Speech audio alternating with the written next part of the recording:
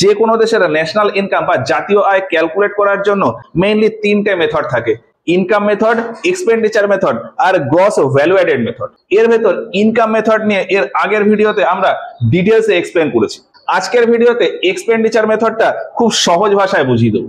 বোঝাতে গিয়ে এই ভিডিওটা হয়তো একটু বড় হয়ে যাবে, তবে ভরসা দিতে পারি যে এই ভিডিওর শেষে গিয়ে এক্সপেন্ডিচার মেথড সম্পর্কে সমস্ত কনসেপ্ট ক্লিয়ার হয়ে যাবে, আর কোনো ডাউট বা কনফিউশনের কোনো জায়গাই থাকবে না। তো যাই হোক, ফালতু কথা না বাড়িয়ে আমাদের মূল বিষয়ে আসি।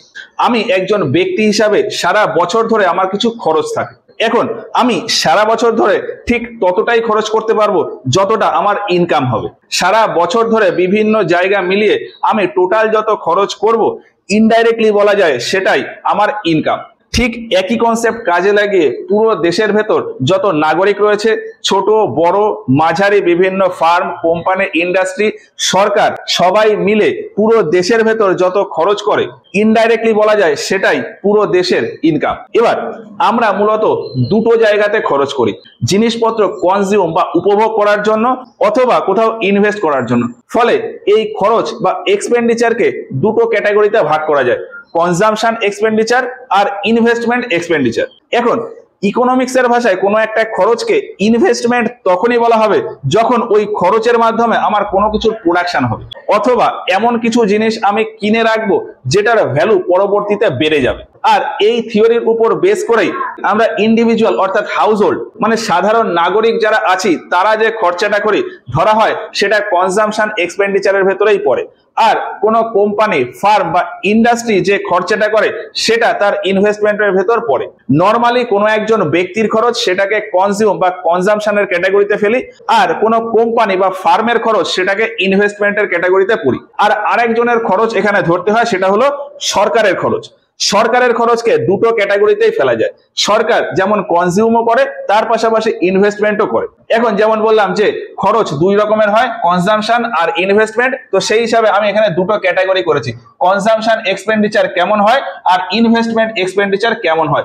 কোন কোন খরচকে কনজাম্পশনের ভেতর ফেলা হয় আর কোন কোন খরচ ইনভেস্টমেন্টের ভেতর পড়ে সেটা একটুখানি জেনে রাখা প্রয়োজন। এখন কনজাম্পশনের ভেতর দুই রকমের কনজাম্পশন হয়। প্রত্যেক ব্যক্তি বা ইন্ডিভিজুয়ালের কনজাম্পশন সেটা একরকম, আর গভর্নমেন্ট বা সরকারের কনজাম্পশন সেটা আর এক রকম। তো ইন্ডিভিজুয়াল কনজাম্পশনের ভেতর কি কি আইটেম পড়ে সেটারও কিছু উদাহরণ লিখেছি, গভর্নমেন্টের কনজাম্পশনেরও কিছু উদাহরণ লিখেছি, আর কোন কোন জিনিস ইনভেস্টমেন্টের ভেতর পড়ে সেগুলোরও কিছু উদাহরণ লিখেছি। প্রথম এই উদাহরণগুলো দেখি, তাহলে এই এক্সপেন্ডিচার মেথডটা সম্পর্কে পুরো ব্যাপার ক্লিয়ার হয়ে যাবে। এখন আমি একজন ব্যক্তি বা অন্য যে কোনো ব্যক্তি, সে কোথায় কোথায় খরচ করে। তার আয়ের ম্যাক্সিমামটাই খরচ হয় জিনিসপত্র কনজিউমের জন্য। খাবার, জামা কাপড়, আসবাবপত্র, গাড়ি ঘোড়া, এই সমস্ত কেনার পেছনে তার খরচ হয়। আর এই সমস্ত কিছুই ফাইনাল প্রোডাক্ট। ফলে ইন্ডিভিজুয়াল বা হাউস হোল্ড বা একজন ব্যক্তি তার আয়ের বেশিরভাগটাই খরচ করে ফাইনাল গুডস এন্ড সার্ভিস, এই দুটো কনজাম্পশন করার জন্য। তো সেই হিসাবে প্রথমেই লিখেছি যে ফাইনাল গুডস এন্ড সার্ভিসের কনজাম্পশন, তাতে খরচ করে একজন ব্যক্তি। এছাড়া একজন ব্যক্তি আর কিসে খরচ করে? সে যে জায়গাতে থাকে সেই জায়গার ভাড়া হিসাবে। কোনো একজন ব্যক্তি তার যদি নিজের জায়গাতে থাকে তাহলে আর ভাড়া দিতে হয় না, কিন্তু সে যদি কোনো বাড়ি ভাড়া নিয়ে থাকে বা কোনো ফ্ল্যাট ভাড়া নিয়ে থাকে সেক্ষেত্রে তার থাকার জন্য ভাড়া দিতে হয়, আর সেই ভাড়াটাকে তার খরচের ভেতর ফেলা হয়। বাড়ির খরচের ক্ষেত্রে ইকোনমিক্সের কনসেপ্ট একটুখানি আলাদা। কোনো একজন ব্যক্তি সে যদি বাড়ি ভাড়া নিয়ে থাকে তাহলে ওই বাড়ির ভাড়া দেওয়ার জন্য যে খরচ হয় সেক্ষেত্রে সেটাকে তার ব্যক্তিগত বা উপভোগের ভেতর ফেলা হয়, মানে কনজাম্পশন এক্সপেন্ডিচারের ভেতর ফেলা হয়। কিন্তু ওই ব্যক্তি যদি নিজের একটা বাড়ি তৈরি করে বা নিজের জায়গাতে রয়েছে সেক্ষেত্রে ওই বাড়িটা ওই ব্যক্তির ইনভেস্টমেন্ট বলে ধরা হয়। কোনো ব্যক্তি ভাড়া বাড়িতে থাকলে সেটা তার খরচ, আর যদি তার নিজের বাড়িতে বা নিজে বাড়ি তৈরি করে সেক্ষেত্রে সেই বাড়িটা চলে যায় তার ইনভেস্টমেন্টের ভেতর। তো ফাইনাল গুডস, কনজাম্পশন এইটা গেল, থাকা বা হাউসের ব্যাপারটা গেল। এছাড়া আরেকটা খরচ কোথায় করে? কোনো একজন ব্যক্তি কোথাও ঘুরতে গেলে সেখানে খরচ করে, মানে তার ট্রাভেল এক্সপেন্স, এটা তার ব্যক্তিগত খরচের ভেতর পড়ে। আর বর্তমানে প্রত্যেক ব্যক্তির আয়ের একটা বড় অংশ চলে যায় লোন ইএমআই তে, কিন্তু ইকোনমিক্সের ভাষায় এই লোন ইএমআই তে যে খরচ হয় সেটাকে তার এক্সপেন্ডিচার ক্যালকুলেশনের ভেতর ধরা হয় না। ইকোনমিক্সের ভাষায় এক্সপেন্ডিচার তখনই হবে যখন সেই খরচের পরিবর্তে সে কোনো ফাইনাল গুডস বা সার্ভিস কনজিউম করতে পারবে, অথবা কোনো ইন্টারমিডিয়েট গুডস কিনতে পারবে যেটার মাধ্যমে পরবর্তীতে প্রোডাকশন হবে। এখন আমার যদি কোনো লোন ইএমআই থাকে, প্রত্যেক মাসে আমি হয়তো 5,000 টাকা করে লোন ইএমআই দিচ্ছি। এখন ওই লোন ইএমআই মানে 5,000 টাকা প্রত্যেক মাসে শোধ দেওয়ার ফলে আমি কিন্তু কনজামশন করার মতন কিছু পাচ্ছি না, ওই 5,000 টাকাটা কিন্তু আমার এমনিই চলে যাচ্ছে। এই জন্যই লোনের ইএমআইটাকে কোনো একজন ব্যক্তির এক্সপেন্ডিচার বা খরচের ভেতর ধরা হয় না। তবে হ্যাঁ, ওই ব্যক্তি যখন লোনের অ্যামাউন্টটা পায়, ধরলাম কোনো একজন ব্যক্তি 2 লাখ টাকার লোন তুললো, তাহলে ওই 2 লাখ টাকাটা যখন তার ব্যাংকের অ্যাকাউন্টে ক্রেডিট হলো, সেটা তার আয় হয়ে যাবে এবং ওই 2 লক্ষ টাকা সে যে যে জায়গাতে খরচ করবে সেই এক্সপেন্ডিচারটা তার প্রাইভেট এক্সপেন্ডিচারের ভেতর পড়বে। এখন ওই 2 লাখ টাকা শোধ দেওয়ার জন্য প্রত্যেক মাসে হয়তো তাকে 6,000 টাকা করে দিতে হচ্ছে, সেই 6,000 টাকার খরচটা কিন্তু তার এক্সপেন্ডিচারের ভেতর পড়বে না। কোনো একজন ব্যক্তি আর কোথায় খরচ করে? শেয়ার বা বন্ড কেনার জন্য। বর্তমানে দেখা যায় যে প্রচুর মানুষ এরকম আছে যারা শেয়ার মার্কেটে টাকা পয়সা লাগিয়ে রাখে, সেটা তাদের একটা খরচ, কিন্তু ইকোনমিক্স এর ভাষায় এটাকেও তার এক্সপেন্ডিচারের ভেতর ধরা হয় না। তার কারণ কি? কারণ ওই শেয়ারটা কেনার ফলে সে কিন্তু কোনো কিছুর কনজাম্পশন করতে পারছে না। তো এটা গেল। কোনো একজন ব্যক্তি ইন্ডিভিজুয়াল আর কোথায় খরচ করে? কাউকে গিফট দেওয়ার জন্য খরচ করে। ধরলাম আমি কাউকে হয়তো এসি গিফট করব, এসি গিফট করার জন্য আমি দোকানে গেলাম, গিয়ে হয়তো 30,000 টাকা দিয়ে একটা এসি কিনে নিলাম, নিয়ে এই এসিটাকে কাউকে আমি গিফট করে দিলাম। তাহলে ওই যে দোকানে গিয়ে আমি যে 30,000 টাকা খরচ করলাম, সেটা আমার কনজাম্পশন এক্সপেন্ডিচারের ভেতর পড়বে, মানে আমার কনজাম্পশনের ভেতর পড়বে। কিন্তু আমি দোকানে গিয়ে এসি না কিনে আমি যাকে গিফট দেব, তাকে হয়তো ওই 30,000 টাকাটা গিফট হিসাবে দিয়ে দিলাম। তো সেক্ষেত্রে কিন্তু আমার ওই 30,000 টাকার খরচ আমার এক্সপেন্ডিচারের হিসাবের ভেতর পড়বে না। তার কারণ কি? কারণ আমি যখন তাকে 30,000 টাকা দিলাম, ওই 30,000 টাকার বদলে কিন্তু আমি কোনো কিছু কনজিউম করতে পারলাম না। অন্যদিকে আমি যখন বাজার থেকে এসিটা কিনে নিয়ে এলাম, তখন আমি যখন 30,000 টাকা ওই ব্যক্তিকে পেমেন্ট করলাম, তার পরিবর্তে আমি এসির ওই সেটআপটা পেলাম, সেটা আমি এখন নিজেও লাগাতে পারি, আমি অন্য কাউকে দিয়েও দিতে পারি। সেই কনসেপ্টে বলা হয় যে যদি কোনো গিফট ম্যাটেরিয়ালিস্টিক জিনিসপত্র যদি কাউকে গিফট দেওয়া হয়, সেক্ষেত্রে তার পেছনের খরচটা আমার এক্সপেন্ডিচারের ভেতর পড়বে। কিন্তু ওই একই জিনিস গিফট দেওয়ার জন্য যদি আমি টাকা পয়সা তাকে গিফট করে দিই, সেক্ষেত্রে সেটা আমার খরচের ভেতর পড়বে। তো ইন্ডিভিজুয়াল বা প্রত্যেক ব্যক্তির ক্ষেত্রে নর্মালি এইগুলোই হচ্ছে খরচ। যদি কোনো খরচ বাদ গিয়ে থাকে আমাদেরকে কমেন্টে জানিও। তো ইন্ডিভিজুয়ালের ব্যাপারটা গেল। এবার যদি আমি সরকারের খরচ দেখি, সরকারের কেমন খরচ হয়? সরকারের ব্যক্তিগত একটা খরচ হয়। সরকার বলতে কি বোঝায়? সরকার বলতে আমাদের দেশের সংসদ বোঝায়, বা প্রত্যেক রাজ্যের বিধানসভা, বিধান পরিষদ, এইগুলোকে বোঝায়। আর পুরো সরকারের সিস্টেমটাকে বোঝায়। এই সরকারের সিস্টেমের ভেতর সরকারি প্রচুর ইনস্টিটিউশন রয়েছে, যেমন শিক্ষা প্রতিষ্ঠান বা এডুকেশনাল ইনস্টিটিউট, হসপিটাল, ব্যাংক, এই সমস্ত কিছুই সরকারি। তো সরকারি যে যে প্রতিষ্ঠান রয়েছে, সেই সমস্ত জায়গায় কনজাম্পশনের কিছু খরচ থাকে। খুব সিম্পল একটা উদাহরণ দিই, ধরলাম একটা শিক্ষা প্রতিষ্ঠান, একটা সরকারি শিক্ষা প্রতিষ্ঠান। সেই শিক্ষা প্রতিষ্ঠান চালাতে গিয়ে প্রচুর রকমের খরচ হয়। যেমন সেখানে যারা শিক্ষক ও অন্যান্য স্টাফরা রয়েছে, তাদেরকে বেতন দিতে হয়। ওই যে বিভিন্ন ক্লাসরুম গুলো রয়েছে, সেই ক্লাসরুম গুলোতে লাইট, ফ্যান এইসব চালানোর জন্য ইলেকট্রিসিটি বিল দিতে হয়। প্রচুর কাগজপত্র, পেন, পেন্সিল এই সমস্ত লাগে, এইসবের পেছনেও খরচ হয়। এখন এই খরচটাকে দুই ভাগে ভাগ করা যায়। ওই যে ইলেকট্রিসিটি কনজিউম হচ্ছে, কাগজপত্র কনজিউম হচ্ছে, শিক্ষা প্রতিষ্ঠানের এই সমস্ত খরচগুলোকে ধরা হয় কনজাম্পশন এক্সপেন্ডিচার। কিন্তু শিক্ষকরা পড়াচ্ছে, স্টাফরা তাদের বিভিন্ন ডিউটি দিচ্ছে, এদের পেছনে যে খরচটা, সেটা কিন্তু সরকারের একটা ইনভেস্টমেন্ট। ইকোনমিক্স এর ভাষায় কোনো গুডস বা সার্ভিস প্রডিউস করার জন্য যে খরচ হয়, সেটাকে ইনভেস্টমেন্ট বলা হয়। এখন শিক্ষা প্রতিষ্ঠানে শিক্ষার প্রোডাকশন হচ্ছে, আর এই শিক্ষার প্রোডাকশনে মেইন ভূমিকা পালন করছে কারা? ওই শিক্ষক, ওই স্টাফরা। ফলে ওই শিক্ষক বা স্টাফ, ওদের যে মাইনা বা ওদের পেছনে যে খরচ, সেটাকে সরকারের ইনভেস্টমেন্ট বলা হয়। তো সরকারের এই খরচটা আশা করে বোঝা গেল। সরকারের যত ডিপার্টমেন্ট রয়েছে, সেইখানে দুই রকমেরই খরচ হয়, কনজাম্পশনের দিকেও খরচ হয় আর ইনভেস্টমেন্টের দিকেও খরচ হয়। এছাড়া সরকারের আরো এক জায়গায় খরচ হয়, সেটা কোথায়? সেটা হলো ডিজাস্টার ম্যানেজমেন্ট করতে গিয়ে। সারা দেশ জুড়ে বিভিন্ন সময় কোথাও না কোথাও ভূমিকম্প, বন্যা, খরা, বিভিন্ন অ্যাক্সিডেন্ট, এই সমস্ত ঘটনা ঘটে। এখন এই সমস্ত ঘটনায় ক্ষতিপূরণ দেওয়ার জন্য সরকারের বিভিন্ন খরচ হয়। সেই খরচটাকে সরকারের কনজাম্পশন এক্সপেন্ডিচারের ভেতর ধরা হয়। সরকার আরো এক জায়গায় অনেক খরচ করে, সেটা হলো বিভিন্ন স্কিম চালানোর জন্য।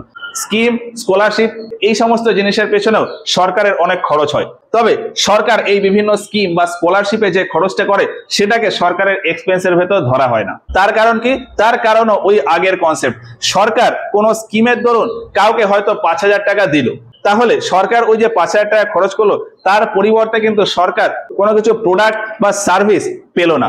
সরকার ওই 5,000-এর পরিবর্তে কোনো প্রোডাক্ট বা সার্ভিসের কনজাম্পশন করতে পারলো না। এই জন্য স্কিমের দরুন বা স্কলারশিপের দরুন যে সমস্ত টাকা পয়সা দেওয়া হয় সেটাকে সরকারের খরচের ভেতর ফেলা হয় না। যদিও ওই যে 5,000 টাকা স্কিমের দরুন সরকার হয়তো কাউকে দিল, ওই ব্যক্তি ওই 5,000 টাকা নিয়ে যে খরচটা করে সেটাকে ওই ব্যক্তির প্রাইভেট কনজাম্পশনের ভেতর ধরা হয়। সরকারের আরো খরচ আছে, যেমন ইন্ডিভিজুয়াল ব্যক্তির ক্ষেত্রে যেমন বললাম যে একজন আরেকজনকে গিফট দিতে পারে, সেই রকমই সরকারও বিভিন্ন দেশকে বিভিন্ন গিফট দেয় বিভিন্ন সময়। যেমন আমি খুব সিম্পল একটা এক্সাম্পল দিই। ভারত আফগানিস্তানে একটা ড্যাম তৈরি করেছে, সালমা ড্যাম, এবং সেই ড্যামটা তৈরি করে আফগানিস্তানকে গিফট দিয়ে দিয়েছে। এখন ভারত ওই ড্যাম তৈরি করার জন্য যে খরচটা করলো সেটা কিন্তু ভারতের খরচের ভেতর ফেলা হবে না। ইকোনমিক্সের ভাষায় এটা ভারতের খরচের ভেতর পড়বে না। যদিও ভারত এই খরচটা করায় পরবর্তীতে কোনো না কোনো পলিটিক্যাল অ্যাডভান্টেজ রয়েছে, তো সেটা অন্য বিতর্কের বিষয়। ইকোনমিক্সের ভাষায় এটাকে সরকারের খরচের ভেতর ফেলা যায় না। যদিও এই ড্যামটাই যদি সরকার ভারতের এরিয়ার ভেতর কোথাও করতো, তো সেক্ষেত্রে ওই ড্যামের উপর যে খরচ সেটাকে ভারতের ইনভেস্টমেন্টের ভেতর ফেলা হতো। সরকার আরো এক জায়গায় খরচ করে, একটা ডিপার্টমেন্ট রয়েছে ফুড কর্পোরেশন অফ ইন্ডিয়া বা এফসিআই। এফসিআই ভারতের বিভিন্ন কৃষকের কাছ থেকে শস্য কেনে, চাল, আটা, আলু, সর্ষে, এই সমস্ত বিভিন্ন জিনিস এফসিআই ডাইরেক্ট কৃষকের কাছ থেকে কেনে। ফলে এফসিআই বা সরকারের ওই কৃষকের উপর একটা খরচ হয়। এই খরচটাকে সরকারের কনজাম্পশন এক্সপেন্ডিচারের ভেতর ফেলা হয়। তার কারণ কি? তার কারণ হলো যে সরকার এই খরচটা করার ফলে ওই শস্যটা পাচ্ছে, প্রোডাক্ট পাচ্ছে। সরকার আরো বিভিন্ন জায়গাতে খরচ করে, যেমন রোড, ব্রিজ, রেলওয়ে, এই সমস্ত জিনিসের কনস্ট্রাকশন, বিভিন্ন বড় বড় ফ্লাইওভার, বিল্ডিং, এই সমস্ত জিনিসের কনস্ট্রাকশনেও সরকার অনেক খরচ করে। এই সমস্ত বিভিন্ন কনস্ট্রাকশনের কাজে সরকার যে খরচটা করে সেটাকে কনজাম্পশনের ভেতর না ফেলে সেটাকে ইনভেস্টমেন্ট এক্সপেন্ডিচারের ভেতর ফেলা হয়। তো এইগুলো হচ্ছে প্রাইভেট একজন ব্যক্তি আর গভর্নমেন্ট বা সরকার বিভিন্ন জায়গাতে যে কনজাম্পশন করে, কনজাম্পশনের জন্য যে খরচ করে সেই খরচগুলো। এবারে দেখি ভারতের ভেতর বিভিন্ন ব্যক্তি ইনভেস্টমেন্ট কোথায় করে। ইনভেস্টমেন্ট নরমালি কোনো প্রাইভেট কোম্পানি দ্বারা হয়, এর পাশাপাশি সরকারও বিভিন্ন জায়গাতে ইনভেস্টমেন্ট করে। তো ইনভেস্টমেন্ট সরকার এবং কোম্পানির দ্বারা হয়, ইন্ডিভিজুয়াল দ্বারা ইনভেস্টমেন্ট খুব একটা হয় না। তো নরমালি ইনভেস্টমেন্টের ভেতর কোন কোন জিনিসপত্র আসে সেইগুলো একটু বলি। এখানে লেখা রয়েছে ক্যাপিটাল গুডস বা intermediate goods and service for production. ভারতের ভেতর যত কোম্পানি রয়েছে, প্রাইভেট কোম্পানি বা গভর্নমেন্ট কোম্পানি, তারা তাদের বিভিন্ন প্রোডাকশনের জন্য যে সমস্ত জিনিসপত্র কেনে এবং সেই প্রোডাকশনের পেছনে টোটাল যত খরচ হয় সেই পুরো খরচটাকেই ইনভেস্টমেন্টের ভেতর ফেলা হয়। যে কোনো সেক্টরে প্রোডাকশনের জন্য 4টে ফ্যাক্টর লাগে: ল্যান্ড, লেবার, ক্যাপিটাল, এন্টারপ্রেনিউর। ধরলাম টাটা মোটরস এর গাড়ির প্রোডাকশন হচ্ছে, তো এই গাড়ির প্রোডাকশন করতে গিয়ে ওই 4টে ফ্যাক্টর থাকবে: ল্যান্ড, লেবার, ক্যাপিটাল, এন্টারপ্রেনিউর। এই 4টে ফ্যাক্টরে টাটা মোটরস এর টোটাল যত খরচ হচ্ছে সেই পুরোটাই টাটা মোটরস এর ইনভেস্টমেন্ট বলা হবে। ওই গাড়ির কারখানায় যে সমস্ত লেবার বা অফিসার বা অন্যান্য কর্মচারীরা রয়েছে তাদের যে মাইনা, সেটাকেও কিন্তু টাটা মোটরস এর ইনভেস্টমেন্টের ভেতরেই ধরা হবে। যে কোনো প্রোডাকশন করতে গেলে যে সমস্ত মেশিনারি লাগে, ক্যাপিটাল গুডস লাগে, র মেটেরিয়ালস লাগে, মানে যা যা লাগবে তার পেছনে যে খরচা হবে সেই প্রত্যেকটা খরচকেই ইনভেস্টমেন্টের ভেতরে ফেলা হয়। ইনভেস্টমেন্টের ভেতরে আর কি আসে? গভর্নমেন্ট বা প্রাইভেট কোম্পানি দ্বারা কোনো জায়গার কোনো কনস্ট্রাকশন। নরমালি কনস্ট্রাকশন গভর্নমেন্টের দ্বারাই হয়। একটু আগে বললাম যে road, bridge, flyover, railway, tunnel, dam, electric power plant বা অন্যান্য যে কোনো কনস্ট্রাকশন, এগুলো নরমালি গভর্নমেন্ট করে। তো গভর্নমেন্টের এই সমস্ত কনস্ট্রাকশনের কাজের জন্য যে খরচ সেটাকে ইনভেস্টমেন্টের ভেতরে ফেলা হয়। এখন কোম্পানির এই কনস্ট্রাকশনের কাজে ইনভেস্টমেন্ট কোথায়? কোম্পানি হয়তো তার একটা প্রোডাকশন হাউস রয়েছে, এখন প্রোডাকশন হাউসটা এমন এক জায়গাতে রয়েছে হাইওয়ে থেকে হয়তো 500 মিটার দূরে। এবার এই 500 মিটার রাস্তাটা খুব একটা ভালো না, সেক্ষেত্রে কোম্পানি কি করে? কোম্পানি নিজেই উদ্যোগ নিয়ে ওই রাস্তাটাকে নিজের মতন করে ঠিক করে নেয়। তো ওইখানেও যে রোডের কনস্ট্রাকশন হলো সেটা কিন্তু ওই কোম্পানির ইনভেস্টমেন্টের ভেতরে পড়বে। প্রথমের দিকে একটা কথা বললাম যে কোন একজন ইন্ডিভিজুয়াল বা হাউস হোল্ড তিনি যদি কোনো শেয়ার বা বন্ড কেনে সেটাকে তার খরচের ভেতর ধরা হয় না, কিন্তু কোনো কোম্পানি বা সরকার যদি কোনো শেয়ার বা বন্ড কেনে সেক্ষেত্রে সেটাকে তার ইনভেস্টমেন্টের ভেতরে ধরা হয়, মানে ইনভেস্টমেন্ট এক্সপেন্ডিচারের ভেতরে ধরা হয়। আমরা ইন্ডিভিজুয়াল বা প্রত্যেক ব্যক্তি হিসাবে যদি কোনো শেয়ার বা বন্ড কিনি সেটা কিন্তু প্রোডাকশনের জন্য কিনি না, আমরা যে অ্যামাউন্ট দিলাম সেই অ্যামাউন্টটাকে একটু বাড়ানোর জন্য কিনি। কিন্তু গভর্নমেন্ট বা কোনো কোম্পানি যখন অন্য কোনো কোম্পানি বা ফরেন কোনো কোম্পানির শেয়ার বা বন্ড কেনে, তার মানে ধরা হয় যে ওই কোম্পানি ওই যে কোম্পানির শেয়ার কিনছে ওই কোম্পানির প্রোডাকশনে অংশীদারি নিচ্ছে, ফলে ওই কোম্পানি বা গভর্নমেন্টের ইনডাইরেক্ট একটা প্রোডাকশন হচ্ছে। এই জন্যই কোম্পানি বা গভর্নমেন্ট যদি কোনো শেয়ার বা বন্ড কেনে সেক্ষেত্রে সেটাকে ইনভেস্টমেন্ট এক্সপেন্ডিচারের ভেতরে ধরা হয়। এছাড়া দেখা যায় যে কোম্পানি বা সরকার সোনা, রূপো, প্ল্যাটিনাম এই সমস্ত জিনিসপত্র কিনে রাখে, জায়গা জমি কিনে রাখে, বিভিন্ন আর্ট বা ছবি কিনে রাখে। কেন? যাতে ওইগুলোর দাম পরবর্তীকালে আরো বেড়ে যায়। কোম্পানি বা সরকার এই সমস্ত ভ্যালুয়েবল জিনিস যখন কিনছে, এই কেনার পেছনে খরচ, এটাকেও সরকার বা কোম্পানির ইনভেস্টমেন্টের ভেতরে ধরা হয়। তো প্রতি ব্যক্তি, কোনো কোম্পানি বা সরকারের কোথায় কেমন খরচ হয় সেইটা ওভারঅল আশা করি বোঝা গেল। কোনো কিছু যদি মিস যায় আমাদেরকে কমেন্টে অবশ্যই জানিও। এবার এই সমস্ত খরচের হিসাবটা রাখে কে? খরচটা রাখে এনএসও বা ন্যাশনাল স্ট্যাটিস্টিক্যাল অফিস। এনএসও এই সমস্ত খরচের হিসাব রেখে দেশের টোটাল ইনকামটাকে ক্যালকুলেট করে। আর এনএসও এই রেকর্ড রাখার সময় এক এক ধরনের খরচকে এক এক রকম নাম দিয়ে দেয়। যেমন ফাইনাল প্রোডাক্ট কনজিউম করার জন্য যে খরচ হয় সেটাকে নাম দেওয়া হয় ফাইনাল কনজাম্পশন এক্সপেন্ডিচার। কোনো একজন ব্যক্তি বা ইন্ডিভিজুয়াল বা হাউসহোল্ড বা কোনো প্রাইভেট কোম্পানি কোনো ফাইনাল প্রোডাক্ট কনজিউম করলে তার খরচকে বলা হয় প্রাইভেট ফাইনাল কনজাম্পশন এক্সপেন্ডিচার, শর্টে বলা হয় পিএফসিই, প্রাইভেট ফাইনাল কনজাম্পশন এক্সপেন্ডিচার। এখন কোনো ফাইনাল প্রোডাক্ট যদি গভর্নমেন্ট বা সরকারের দ্বারা কনজিউম হয় সেক্ষেত্রে সরকারের ওই খরচটাকে বলা হয় গভর্নমেন্ট ফাইনাল কনজাম্পশন এক্সপেন্ডিচার বা জিএফসিই। তো কনজাম্পশনের জন্য খরচটা গেল। এবারে আসি ইনভেস্টমেন্টের ব্যাপারে। ইনভেস্ট করার জন্য যে খরচ হয় এনএসও তার নাম দেয় ক্যাপিটাল ফরমেশন। আর এই ইনভেস্টমেন্ট বা এই খরচটা কোনো একটা পার্টিকুলার দেশের এরিয়ার ভেতরেই হয়। এই জন্য ইনভেস্ট করা পুরো টোটাল খরচটাকে বলা হয় গ্রস ডোমেস্টিক ক্যাপিটাল ফরমেশন বা জিডিসিএফ। কোনো একজন ব্যক্তি, প্রাইভেট কোম্পানি বা সরকারি কোম্পানি বা সরকার দ্বারা পুরো দেশের ভেতর যত ইনভেস্টমেন্ট হয় সেটাকে বলা হয় গ্রস ডোমেস্টিক ক্যাপিটাল ফরমেশন। তো এই পিএফসিই, জিএফসিই আর জিডিসিএফ এই তিনটে এলিমেন্টে পুরো দেশের সবার খরচ অ্যাড হয়ে যায়। এখন যেমনটা প্রথমে বললাম যে টোটাল খরচ অ্যাড করে দিলে সেটাই ইনডাইরেক্টলি দেশের ইনকাম হয়ে যাবে। তো সেই হিসাবে যদি আমি প্রাইভেট ফাইনাল কনজাম্পশন এক্সপেন্ডিচার অর্থাৎ পিএফসি, জিএফসি আর জিডিসিএফ এই তিনটাকে যোগ করে দিই তাহলে আমি দেশের বা ভারতের ন্যাশনাল ইনকাম পেয়ে যাব। তো ন্যাশনাল ইনকাম কি হবে? ন্যাশনাল ইনকাম হবে পিএফসিই অর্থাৎ private final consumption expenditure plus GFCE অর্থাৎ গভর্নমেন্ট ফাইনাল কনজাম্পশন এক্সপেন্ডিচার আর জিডিসিএফ অর্থাৎ gross domestic capital formation. NSO বা ন্যাশনাল স্ট্যাটিস্টিক্স অফিস এই ফর্মুলাটা বলে। এবার এই ফর্মুলায় আরো কিছু এক্সটেনশন রয়েছে, যেমন এই যে জিডিসিএফ অর্থাৎ গ্রস ডোমেস্টিক ক্যাপিটাল ফরমেশন, এটার ভেতরে আবার দুটো আলাদা আলাদা ভাগ করে দেওয়া হয়েছে। সেটা হলো gross domestic fixed capital formation আর চেঞ্জ ইন স্টক। যদিও এর সাথে আরো একটা কম্পোনেন্ট এনএসও জুড়ে দেয়, সেটা হলো ভ্যালুয়েবলস। এই যে জিডিসিএফ অর্থাৎ gross domestic capital formation, NSO এই কম্পোনেন্টটাকে ভেঙে তিনটে আলাদা আলাদা কম্পোনেন্ট করে নেয়। কি কি? জিডিএফসিএফ অর্থাৎ gross domestic fixed capital formation, CIS অর্থাৎ চেঞ্জ ইন স্টক আর ভ্যালুয়েবলস। এবার এইগুলো কি আমি এক এক করে বলি। এই যে এইখানে ইনভেস্টমেন্ট কথাটা লিখেছিলাম, ইনভেস্টমেন্ট নরমালি কিসের জন্য হয়? কোনো না কোনো কিছুর প্রোডাকশনের জন্য। এখন এই প্রোডাকশন সরকারি কোম্পানি দ্বারা হতে পারে বা প্রাইভেট কোম্পানি দ্বারা হতে পারে বা সরকারের কোনো প্রোডাকশন হতে পারে।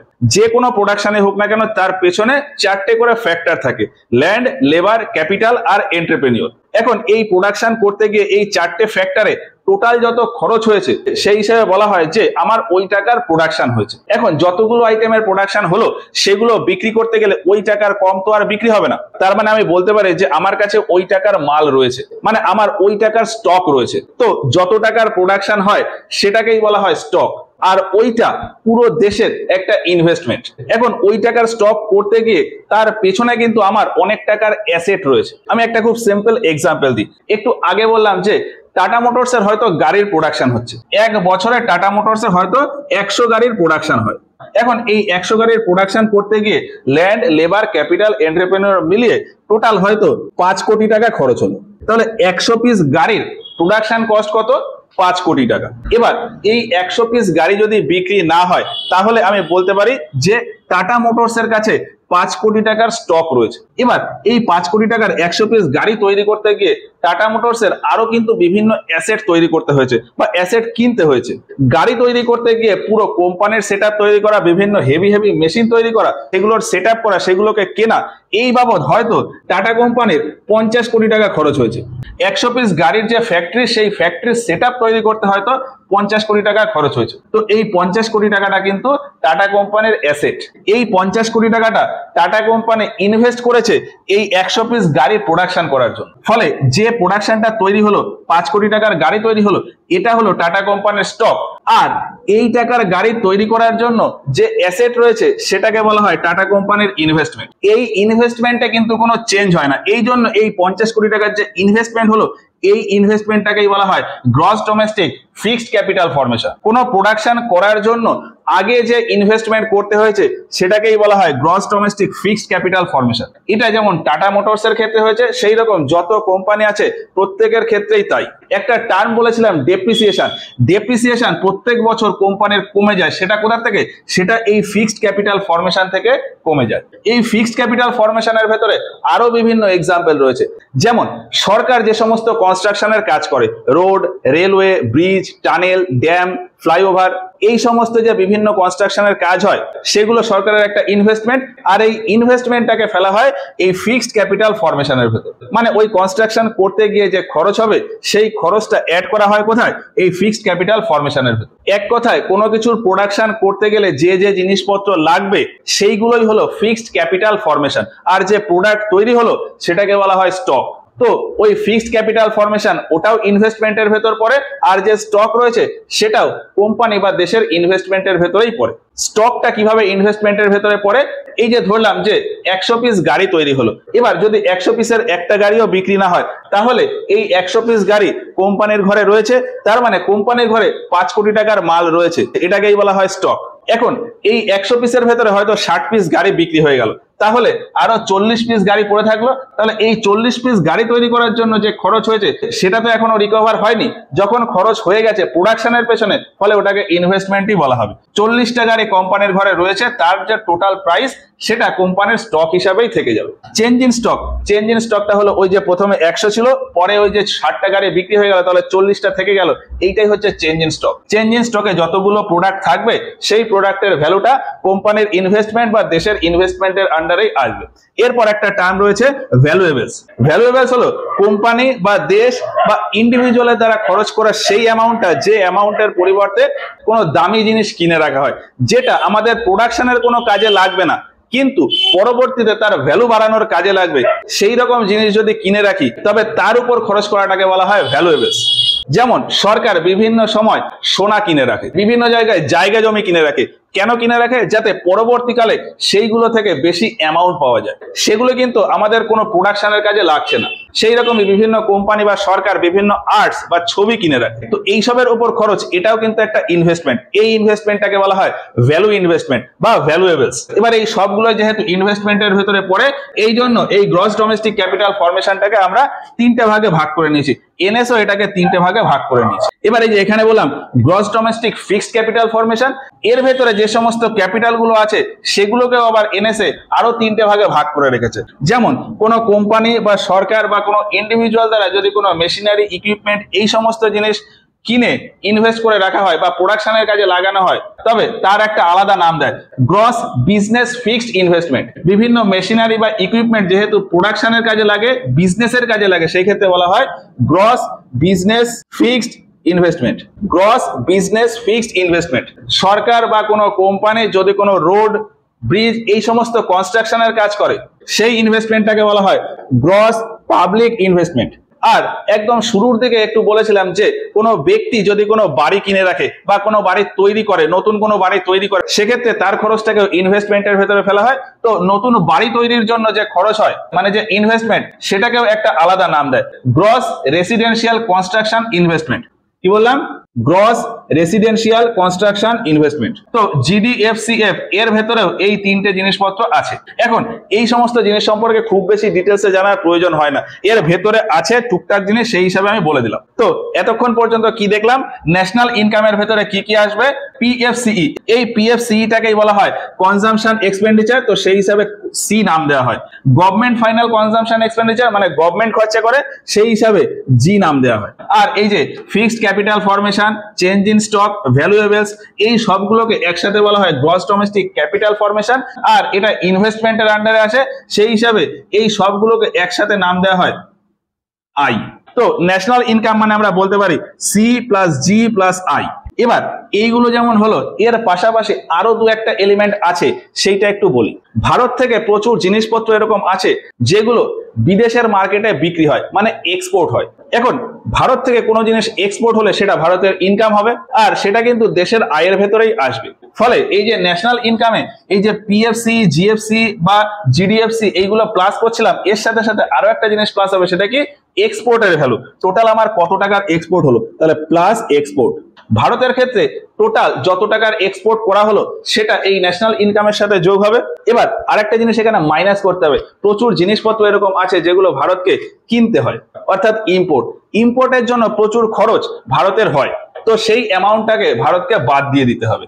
তো ওই জন্য এখান থেকে আমি ইম্পোর্টকে মাইনাস করে দেবো, তো মাইনাস ইম্পোর্ট। এবার এইখানে একটুখানি মনে প্রশ্ন আসতে পারে যে আমরা যখন এইগুলো খরচ করছিলাম, খরচ করার জন্য যে অ্যামাউন্টটা দিচ্ছি সেইটাকে আমরা ইনকামের ভেতর রাখছি, তাহলে সেই হিসাবে ইম্পোর্ট যখন করছি, বাইরের থেকে যখন নিয়ে আসছি, তখনও তো কিছু খরচ করছি, তাহলে সেই অ্যামাউন্টটাকে তো এখানে প্লাস করার দরকার। কিন্তু না, এই এক্সপোর্ট ইম্পোর্টের ব্যাপারটা হচ্ছে এই খরচ আমি পেয়ে গেলাম, আমার টোটাল ইনকাম পেয়ে গেলাম, তারপরে এই দুটোর ক্যালকুলেশন আসে। এই দুটোর ক্যালকুলেশন এইগুলোর থেকে আলাদা, এইগুলোর ক্যালকুলেশন করে ফাইনাল আমার ইনকাম আসবে। ধরলাম এই তিনটে কম্পোনেন্ট যোগ বিয়োগ করে টোটাল আমার খরচ হলো 200 কোটি টাকা। ভারতের ভেতরে টোটাল খরচ হলো 200 কোটি টাকা, বিভিন্ন জায়গাতে মিলে ইনভেস্টমেন্ট, কনজাম্পশন সবকিছু মিলিয়ে টোটাল 200 কোটি টাকা খরচ হলো। সেক্ষেত্রে বলতে পারি যে ভারতের আয় হলো 200 কোটি। এবার এই 200 কোটি আয়ের অ্যামাউন্ট যখন পেলাম, এর পরে আমি এই এক্সপোর্ট আর ইম্পোর্টের ক্যালকুলেশন করব। এই 200 টাকার অ্যামাউন্টটা পেলাম টোটাল ইনকাম হিসাবে, এর পরে দেখবো যে আমার ভারত থেকে কত টাকার এক্সপোর্ট বাইরে গেল, মানে কত টাকার মাল জিনিস বাইরে গেল। মাল জিনিস বাইরে যাওয়া মানে বাইরের থেকে আমার ইনকাম হওয়া, তো সেই ইনকামটা এখানে আমি জুড়ে দেবো। আর বাইরের থেকে মাল জিনিস কেনার সময় আমাকে পেমেন্ট করতে হচ্ছে, মানে আমার কাছ থেকে পয়সা চলে যাচ্ছে, এই জন্য এই ইম্পোর্টটাকে আমি মাইনাস করে দেবো। আর এই জন্যই ন্যাশনাল ইনকামের ক্ষেত্রে এক্সপোর্টের অ্যামাউন্টটা প্লাস করা হয়, ইম্পোর্টের অ্যামাউন্টটা মাইনাস করা হয়। এবার এই এক্সপোর্টটাকে এক্স দিয়ে ধরতে পারি আর ইম্পোর্টটাকে এম দিয়ে ধরতে পারি। ফলে টোটাল ন্যাশনাল ইনকাম বলতে পারে কি C plus G plus I plus X minus M. ফর্মুলাটা কি আসে, national income equal to C plus G plus I plus X minus M. এই ফর্মুলাটা টোটাল আসে। এবার এই ফর্মুলাটাকে ভেঙে চুরে এরকম বড় আকারে লেখা যায়। তো এই হচ্ছে এক্সপেন্ডিচার মেথডের ভেতর কোন কোন এক্সপেন্ডিচার কোথায় ধরবো সেই ফর্ম।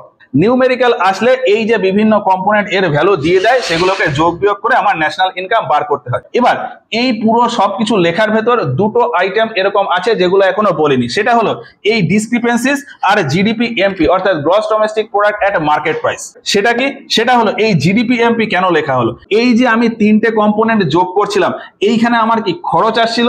এখন আমি বা যে কেউ খরচ করবে কোন দামে, কোনো একটা মাল কিনবো, তাহলে সেই মালের মার্কেট প্রাইস যেটা হবে আমি সেই দামের উপরেই খরচ করব, তো সেই হিসাবে মার্কেট প্রাইসটা আসে। আর জিডিপি কেন আসে, এই যে যত জিনিস আমি খরচ করছিলাম, যে জিনিসের উপর খরচ করছিলাম সেগুলো তো কোনো না কোনো প্রোডাক্ট তৈরি হয়েছে, আর সেই প্রোডাক্ট পুরো দেশের ভেতর টোটাল যত প্রোডাক্ট তৈরি হবে সেটাকেই বলা হয় জিডিপি। এই জন্যই এইখানে টার্ম এসছে জিডিপি।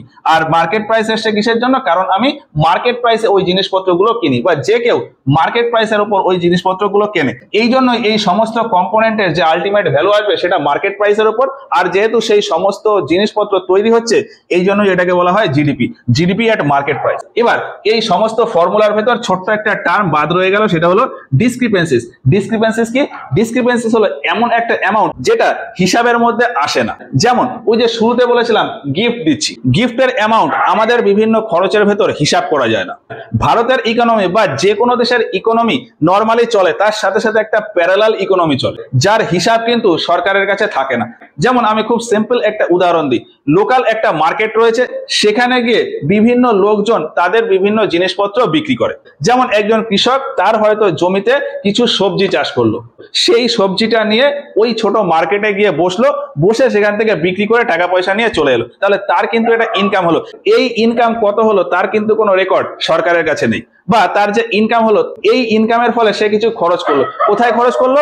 ওই নর্মাল মার্কেটেই খরচ করলো। তাহলে তার খরচের হিসাবও কিন্তু সরকারের কাছে থাকলো না, ফলে তার ইনকাম কিন্তু ওই ন্যাশনাল ইনকামের ভেতর আর অ্যাড হলো না। এইরকম ছোট বড় প্রচুর কেস পুরো দেশ জুড়ে রয়েছে। এইরকম বিভিন্ন কেসের একটা আন্দাজ মতো অ্যামাউন্ট এই ডিসক্রিপেন্সি হিসাবে ধরা হয়। তো এই পুরো ব্যাপারটা আশা করি বোঝা গেল। এবার এই পুরো ব্যাপারের ভেতরে ছোট্ট একটা কনফিউশন হয়তো থাকতে পারে যে আমি কিসে খরচা করছি সেটা এনএসও কিভাবে বুঝবে। ধরলাম আমার প্রত্যেক মাসে আয় 8,000 টাকা। এখন এই 8,000 টাকা তো আমি কাউকে বলছি না, আমি আমার খরচের মাধ্যমে দেখাচ্ছি। তাহলে আমার এই 8,000 থেকে খরচ আমি ইনভেস্ট করছি না কনজাম্পশন করছি, সেটা এনএসও কিভাবে বুঝবে? এইটা একটা ছোট প্রশ্ন থেকে যায়। তো ওভারঅল যেটা কনসেপ্ট সেটা হলো যে কোনো একজন ইন্ডিভিজুয়াল যখন খরচ করছে তখন তার খরচটাকে কনজাম্পশন এক্সপেন্ডিচারের ভেতরেই ধরা হয়, আর কোনো কোম্পানি যখন কোনো খরচ করছে তখন সেটাকে তার ইনভেস্টমেন্টের ভেতর ধরা হয়। এটা একটা জেনারেল কনসেপ্ট। এখন ধরলাম আমার পাড়াতে ছোট একটা সাইবার ক্যাফে রয়েছে, যেখানে একজন ব্যক্তি একটা কম্পিউটার, প্রিন্টার, ইন্টারনেট কানেকশন নিয়ে বসে আছে এবং সে ওই পাড়ার মানুষজনকে অনলাইনের বিভিন্ন সার্ভিস দেয়। এখন তাহলে ওই সাইবার ক্যাফেটা তৈরি করার জন্য তার তো কিছু খরচ হয়েছে, সেই খরচটা মনে হতে পারে যে ওই ব্যক্তির ইনভেস্টমেন্ট, কিন্তু ওই খরচটা ওই ব্যক্তির ইনভেস্টমেন্ট হবে নাকি কনজাম্পশন হবে সেটা এনএসও কিভাবে বুঝবে? এবার এইখানে এনএসও বোঝার জন্য একটা ছোট্ট জায়গা রয়েছে, সেটা হলো যে ওই ব্যক্তি যদি তার ট্রেড লাইসেন্স করিয়ে নেয়, মানে অনলাইনে যদি তার বিজনেসটাকে রেজিস্টার করিয়ে রাখে যে আমার এইরকম ছোটখাটো একটা সাইবার ক্যাফে রয়েছে এবং তার জন্য আমি কিছু টাকা ইনভেস্ট করেছি, একটা কম্পিউটার কিনেছি, প্রিন্টার কিনেছি, ইন্টারনেট কানেকশন নিয়েছি, এইরকম বিভিন্ন জিনিস রয়েছে এবং আমার এই ইনভেস্টমেন্ট হয়েছে, তো সেইভাবে এনএসওর কাছে এই রেকর্ডটা চলে যাবে। এখন ওই ব্যক্তি হয়তো কোনো কিছু করলো না, তাহলে তার যে ইনভেস্টমেন্ট সেটাকে তার কনজাম্পশনের ভেতরেই ধরা হবে। আর বর্তমানে খুব অ্যাভেলেবেল যে সিস্টেম সেটা হলো ইউপিআই সিস্টেম। অলমোস্ট সবাই আমরা ইউপিআই সিস্টেমের মাধ্যমে পেমেন্ট করি। তো কোথায় কোন পেমেন্ট করছি সেই পেমেন্টের রেকর্ড কিন্তু অনলাইন পোর্টালে থাকে, আর আমাদের সবার ফোন নাম্বারের সাথে আধার কার্ড, প্যান কার্ড লিংক রয়েছে। ফলে আমি কোথায় কোন ট্রানজাকশন করছি, কোথায় কত পেমেন্ট করছি সেটা কিন্তু আমার প্যান নাম্বার হিসাবে স্টোর হয়ে থাকে। ফলে এনএসও যখনই চাইবে যে আমার এই প্যান নাম্বারের হিসাবে কোথায় কোন খরচ হয়েছে, সেই হিসাবে সে দেখলে বুঝেই যাবে যে আমি কোথায় কোন খরচ করছি, আমি কনজাম্পশনে খরচ করছি নাকি ইনভেস্টমেন্টে খরচ করছি। এই হচ্ছে পুরো ওভারঅল এক্সপেন্ডিচার মেথড সম্পর্কে মোটামুটি সমস্ত কিছু। আশা করি এই পুরো ব্যাপারটা বুঝতে পেরেছো। যদি কোথাও কোনো ডাউট বা কনফিউশন এরপরেও থেকে থাকে আমাদেরকে কমেন্টে জানিও, আর যদি কোথাও কিছু মিস গিয়ে থাকে সেটাও আমাদেরকে কমেন্টে জানিও। তো ইনকাম মেথড হলো, এক্সপেন্ডিচার মেথড হলো। এরপর ন্যাশনাল ইনকাম ক্যালকুলেট করার জন্য আরেকটা মেথড রয়েছে, গ্রস ভ্যালু অ্যাডেড মেথড বা প্রোডাকশন মেথড। সেটা এর পরে ক্লাসে গিয়ে আমরা ডিটেলসে আলোচনা করব।